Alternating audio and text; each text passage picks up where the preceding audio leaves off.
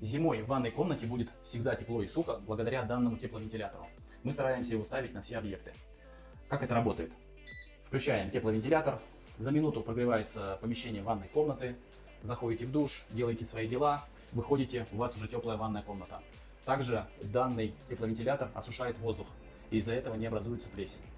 И это очень дешевое решение. Сам тепловентилятор стоит порядка 60 евро, а розетка в процессе всего ремонта не стоит практически ничего.